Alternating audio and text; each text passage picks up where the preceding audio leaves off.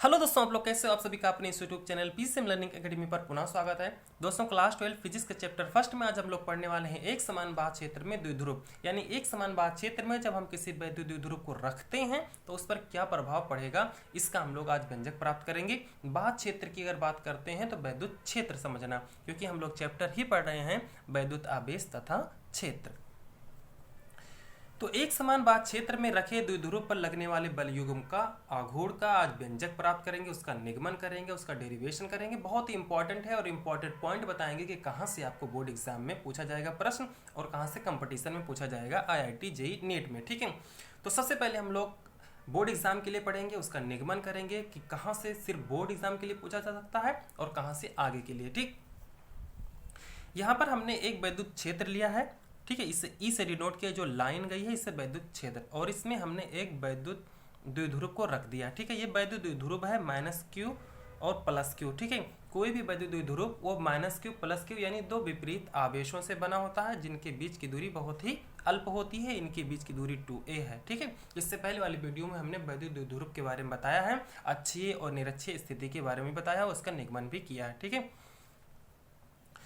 तो वैद्युत द्विध्रुव कैसे कार्य करता है, आइए हम समझते हैं कि यदि हम किसी वैद्युत द्विध्रुव को एक समान वैद्युत क्षेत्र में रख दें तो वैद्युत द्विध्रुव पर एक बल युग्म कार्य करने लगता है। बल युग्म का मतलब होता है जोड़ा, बलों का जोड़ा। ये वैद्युत क्षेत्र है। ठीक है, इसमें हमने एक वैद्युत द्विध्रुव को रख दिया। ठीक है, तो +Q के कारण इस पर एक फोर्स लगेगा राइट डायरेक्शन में और -Q के कारण इस पर एक फोर्स लगेगा लेफ्ट डायरेक्शन में, यानी इस वैद्युत क्षेत्र के अपोजिट। +Q के कारण वैद्युत क्षेत्र के ही तरफ कार्य करेगा इस ये वाला बल, और -Q के कारण वैद्युत क्षेत्र के अपोजिट कार्य करेगा।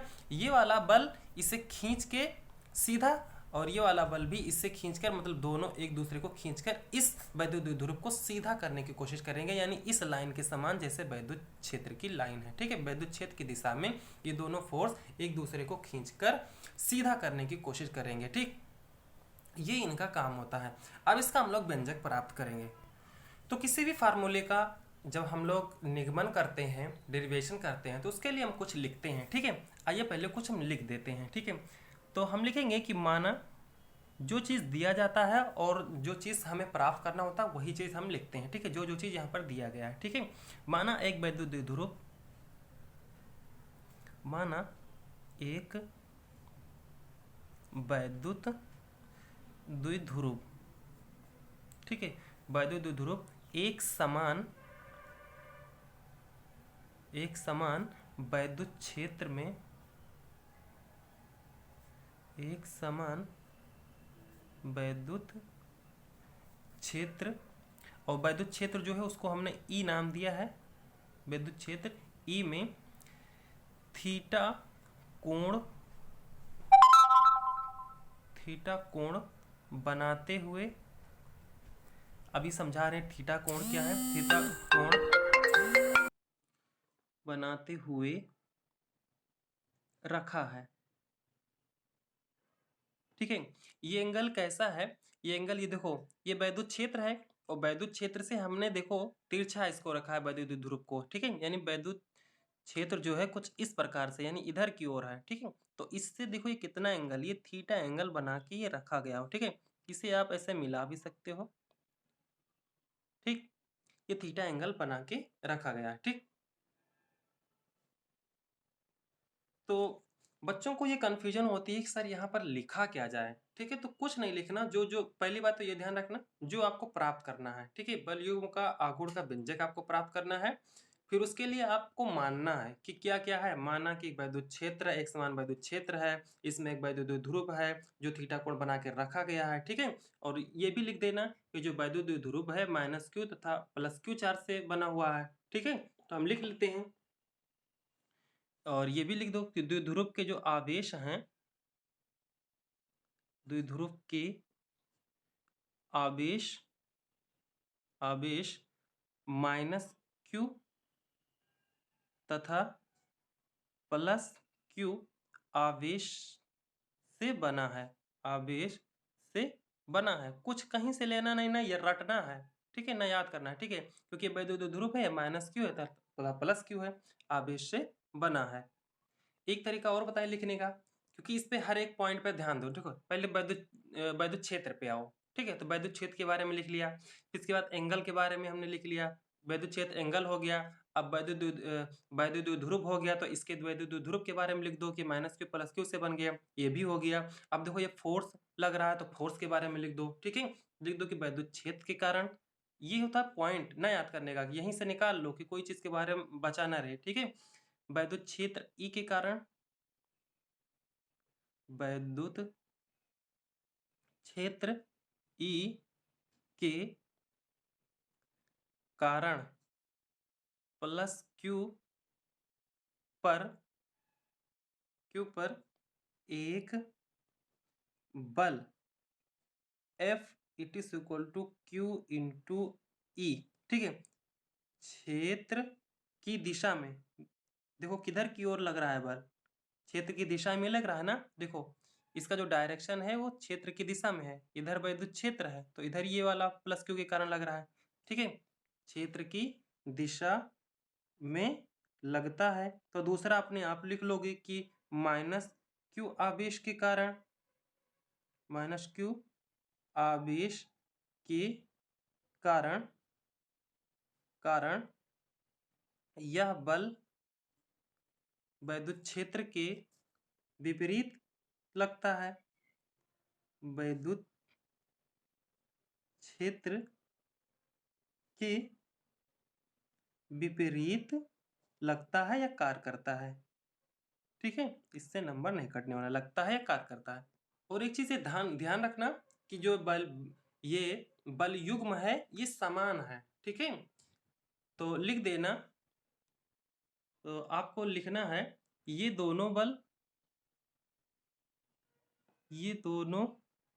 बल समान परंतु विपरीत हैं, जो कि वैद्युत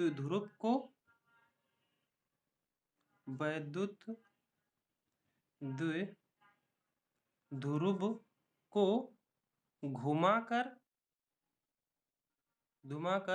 वैद्युत क्षेत्र के अनुदिश या वैद्युत क्षेत्र की दिशा में, वैद्युत क्षेत्र की दिशा में लाने का प्रयत्न करते हैं। वैद्युत क्षेत्र की दिशा में लाने का प्रयत्न करते हैं, ठीक है। प्रयत्न करते हैं, ठीक है। बस इतना लिखने के बाद जो आपका फार्मूला है वो कुछ भी नहीं है, बस एकदम सेकंडों का है। बस उसके बाद लिखना और इसको घुमाना ही, ठीक है। इसको सीध में लाएंगे तो ये क्या करेगा, ये वाला जो फोर्स होगा इसको ये इधर की ओर खींचेगा, ये वाला इधर की ओर खींचेगा, ठीक है। जब इसको ऐसे पकड़ खींचेगा तो ये इसकी सीध में आ जाएगा, ठीक है। और इसी को घुमाना ही, इसको कहते हैं बलयुग्म का आघूर्ण, ठीक है।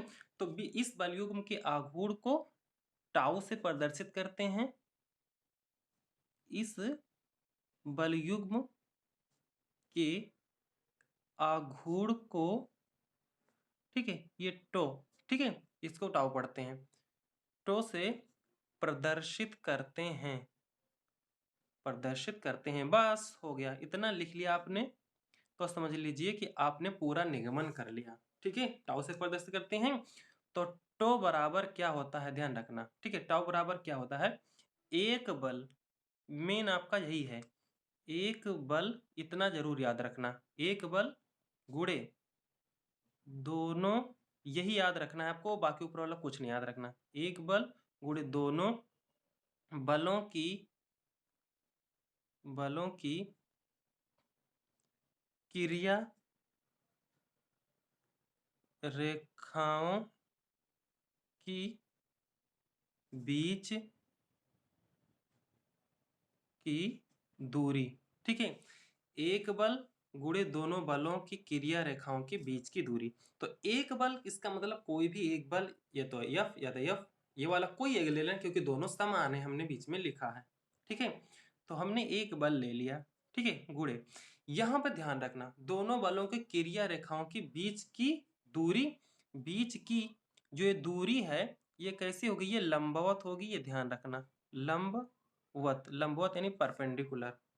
ठीक है, अब कौन सी दूरी आपको लेना है, यहां से लेके ये दूरी नहीं लेना। ठीक है, आपको क्रिया रेखा, देखो यहां से ये वर्क कर रहा है, क्रिया रेखा का मतलब होता है जहां पर बल लगता है, यहां पर लग रहा है, यहां पर, तो इसके बीच की दूरी ये वाली दूरी हमें ज्ञात करना है। ठीक, आपको पता है ये साइन थीटा, आपने ट्रायंगल पढ़ा है।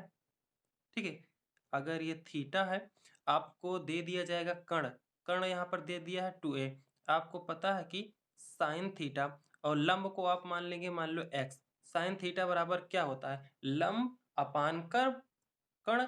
ठीक है, लंब ये हो गया, कर्ण क्या हो गया 2a, तो x की जो वैल्यू आ जाएगी वो 2a साइन थीटा। ठीक है, यानी लंब, यानी ये वाली जो दूरी हो गई ये है 2a साइन का थीटा, ये। ठीक है, मेन यही पर आपको ध्यान देना है और कहीं आपको ध्यान नहीं देना। ठीक है, तो ये हो जाएगा 2a साइन थीटा, बस इतने याद रखना, बस यही आपका फार्मूला हो गया।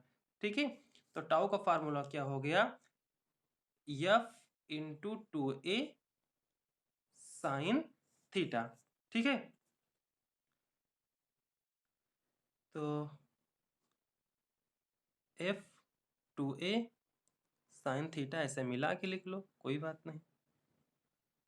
देखो कंपटीशन में, देखो यहाँ तक तो आपको फार्मूला ये बोर्ड एग्जाम में कहेगा निगमन करने के लिए, तो यहाँ तक दिखा देना। बाकी कंपटीशन में जैसे आपको आएगा कि वहां से आपको कहेगा कि न्यूमेरिकल वाले प्रश्न आएंगे, तो उससे आपको फोर्स दिया जाएगा, साइन थीटा दिया जाएगा, कोई भी एंगल आपको दिया जाएगा। ठीक है, इनके बीच की दूरी भी दिया जाएगा, ये ए जो है वो है इनके बीच की दूरी। ठीक है, ध्यान रखना, ये इनके यानी दोनों माइनस क्यू और प्लस क्यू आवेश के बीच की दूरी, यानी वैद्युत द्विध्रुव का आघूर्ण है, इनके बीच की दूरी है, ये ध्यान रखना। ठीक है, और ये F जो है फोर्स लग रहा है, और आपको F बराबर Q इंटू ई भी रखना पड़ेगा। कब, जब आपको आवेश दिया जाएगा और वैद्युत क्षेत्र दिया जाएगा, तब आप F के स्थान पर ये रख देना, क्योंकि F बराबर Q इंटू ई होता है। ठीक है, जब आपको सिर्फ इतना दिया जाएगा, फोर्स दिया जाएगा, ए दिया जाएगा, ए मतलब वैद्युत द्विध्रुव के आघूर्ण के बीच की दूरी वहां पर कहा जाएगा, और कोई एंगल दिया जाएगा आपको साइन थीटा, यानी थीटा बराबर 90 डिग्री, 45 डिग्री, 45 डिग्री पर कितना बलयुग का आघूर्ण लगेगा। तो ये अगर ये कहेगा आवेश इतना है, वैद्युत क्षेत्र इतना है, तो आपको एफ के स्थान पर ये रख देना। ठीक है, ये ध्यान रखना। तो इसको हम इस तरह भी लिख सकते हैं, tau it is equal to Q, F के स्थान पर क्या रखेंगे हम, क्यू इंटू ई, और ये इधर तो है ही है 2a साइन थीटा, तो ये भी फार्मूला हो सकता है। ठीक है, और एक थर्ड, ये सेकंड फार्मूला है, और ये वाला फर्स्ट फार्मूला, और थर्ड फार्मूला यहीं से आपको बनाना है। देखो कैसे बनाए, to it is equal to 2 और Q और A, 2QA अलग कर लेना, इंटू ई साइन थीटा अलग। 2QA को हम वैद्युत द्विध्रुव कहते हैं। ठीक है, ठीक है, ये 2QA क्या है, वैद्युत द्विध्रुव का आघूर्ण, यानी इसे हम लोग P से डिनोट करते हैं। तो टो की वैल्यू हो जाएगी P ई साइन थीटा। ठीक है, ये बोर्ड एग्जाम और कंपटीशन हर जगह पूछा जाता है P। ठीक है, P की वैल्यू क्या होता है, ये वैद्युत द्विध्रुव का आघूर्ण, हमने इससे पहले वाले वीडियो में बताया था, नहीं पढ़ा तो आप वहां से पढ़ लीजिए, बहुत ही अच्छे तरीके से बेसिक से बताया है। 2QA ये होता है वैद्युत द्विध्रुव का आघूर्ण। ठीक है, कहीं पर आपको आवेश दिया जाएगा और मल्टीप्लाई में 2 रहेगा, और ए जो रहेगा वैद्युत द्विध्रुव के आघूर्ण के बीच की दूरी दिया जाएगा, तो उसको पी मान सकते हैं। तो आपको ऐसा बता जाएगा क्वेश्चन में, आपको फिर ऐसा दिया जाएगा, थीटा दिया जाएगा और वैद्युत क्षेत्र दिया जाएगा, और आपको वैद्युत द्विध्रुव का आघूर्ण दिया जाएगा। ठीक है, तो ये ना समझना कि यहाँ फार्मूले में, तो यहीं से आपको 3 फार्मूला निकला। ठीक है, तो ये होता है, इस तरह आप पढ़ोगे तोड़ मरोड़ के, तो फिजिक्स अपने आप आ जाए। बहुत ही इजी है फिजिक्स, कुछ याद नहीं रखना। अच्छा, यहाँ से आपको थोड़ा सा, अगर जो पहली बार ये वीडियो देख रहा होगा उसको नहीं समझ में, क्योंकि द्विध्रुव का पहले वाला वीडियो नहीं देखा होगा उसने। ठीक, अब देखो यहाँ से, और अगर इसको और स्टैंडर्ड बनाएं, जो पॉइंट में पूछा जाता है, अब यहीं से आपको, यहीं से या यहीं से आपको पूछा जाएगा। देखो बहुविकल्पी में पूछा जाएगा, 1 नंबर में पूछा जाएगा। ठीक है, कंपटीशन IIT JEE नेट तक पूछा जाता है यहाँ से। ठीक है, कि ऐसा कब होगा कि जब बलयुग्म का आघूर्ण का जो होगा मान सबसे अधिकतम कब होगा। पूछा जाता है कि बलयुग्म के आघूर्ण का मान अधिकतम किस एंगल पर होगा, यानी थीटा बराबर 0 डिग्री पर होगा, कि थीटा बराबर 45 डिग्री पर होगा, कि थीटा बराबर 90 डिग्री पर होगा, या कुछ अलग 4 एंगल आपको दिया जाएगा। ठीक है, तो इसके लिए मैं बता दे रहा हूं, इसी फार्मूले पर आपको आना। ठीक है, इस फार्मूले पे आना। देखो साइन थीटा सब में है, ठीक है, तो बलयुग्म का आघूर्ण सब में है, तो बलयुग्म का आघूर्ण कब अधिकतम होगा, तो ये थीटा पे डिपेंड करेगा। तो थीटा की वैल्यू अगर 0 होगी तो यहाँ पर 0 रखेंगे, तो साइन 0 का मान 0, तो ये सब 0, तो बताओ टाउ भी आपका 0 नहीं आ जाएगा। तो यहाँ पर मिनिमम होगा, यानी साइन थीटा का मान जब 0 होगा तो बलयुग्म का जो आघूर्ण है वो 0 होगा, यानी मिनिमम होगा। अगर साइन थीटा का मान आप 90 रखते हो तो साइन 90 का मान 1 होता है। तो टाउ की वैल्यू जो आ जाएगी वो यहाँ लिख देते हैं, टाउ की वैल्यू आ जाएगी वो F2A, ठीक है, F2A, और यहाँ पर सिर्फ हो जाएगी P/E, ठीक है, यहाँ पर हो जाएगा QE/A, ठीक है, ऐसा हो जाएगा। यानी यहाँ पर 90 पर जो वैल्यू होगी वो मैक्सिमम होगी, मैक्सिमम, यानी इन सबको मल्टीप्लाई करने में बड़ा सहायक बन जाएगा। ठीक है, अब 45 पे देखो, 45 पे अपान √2, यानी इन सबको √2 से डिवाइड करोगे, किसी भी नंबर को √2 से आप डिवाइड करोगे तो वैल्यू छोटी होती है। तो मैक्सिमम कब हुई, जब 90 का मान रखेंगे, क्योंकि साइन 90 का मान 1। ये सब कंपटीशन में पूछा जाएगा और आपके बोर्ड एग्जाम में पूछा जा सकता है। ठीक है, क्योंकि ऐसा पढ़ो आप कि आपको उसी साल जब बोर्ड का एग्जाम दे आप तुरंत आपको IIT JEE नीट में आपको कहीं ना कहीं कंपटीशन में, आप कोई भी कंपटीशन दे वहां पर आपको कॉलेज अच्छा मिल जाए। ठीक है, क्योंकि इसीलिए आपने साइंस लिया, फिजिक्स पढ़ रहे हैं इसीलिए। ठीक, तो ये बलयुग्म के आघूर्ण को हमने तोड़ के एकदम बेसिक से लेके स्टैंडर्ड तक मैंने बताया है, और यहाँ से बाहर आएगा ही नहीं, चाहे देख लेना। ठीक, तो चलते हैं अब नेक्स्ट वीडियो में मिलते हैं।